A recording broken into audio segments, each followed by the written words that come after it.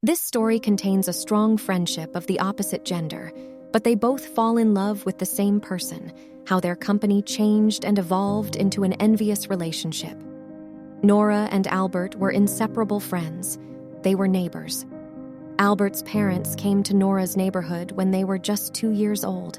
They arranged the party where they first met, and then Nora and Albert went to school together. They've spent their entire lives together in school and college, and now they work in the same company owned by Albert's father.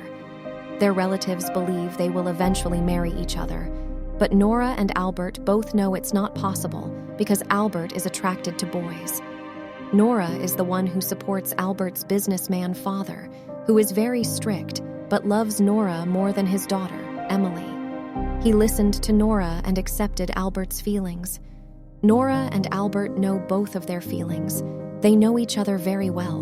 They think they will be friends all their lives, but don't know that their friendship will end and they will become dire enemies. When Nora and Albert were teasing each other about the assignment, they saw a tall figure with a bit of stubble, dressed in a suit, entering the college. They both couldn't divert their gaze from this striking personality.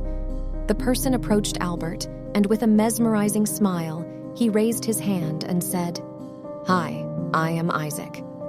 Albert held his hand while speaking, and Nora was also in awe of Isaac's presence.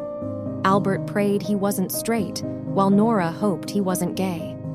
This was the first time Albert and Nora had feelings for the same person, and the first time they were willing to go beyond their usual boundaries to win Isaac's attention. Isaac is a clever person. He knows that Albert is his boss's son, and he's figured out that Albert's father prefers Nora's opinion over Albert's. Through their enthusiasm, he's also deduced that Albert is gay and that Nora is also interested in him. So, he couldn't take anyone's side. For his benefit, he could use them both, and he knows he has to end their friendship to keep both people engaged. Isaac is not only stunning looking, but he is also very cunning. So, he started to flirt with both. As a result, Nora and Albert began to avoid each other to spend time with Isaac. When Nora is with Isaac, Albert comes up with some excuse to take him away, and Nora does the same on occasion. Also, now Nora and Albert don't like to spend time with each other. They avoid each other because jealousy surrounds their hearts. Isaac made both Nora and Albert his puppets. They both started doing him favors. One day, when Nora asked Isaac to go out for dinner, Albert intervened and said, "Nora, me and Isaac have plans for tonight." Nora coldly replied, "I didn't ask you. I am here talking with Isaac." Albert persisted, saying, "I am just informing you." They started to argue. Isaac suggested they all go out together, but their mutual hatred made them refuse. Now, Isaac had to choose between them.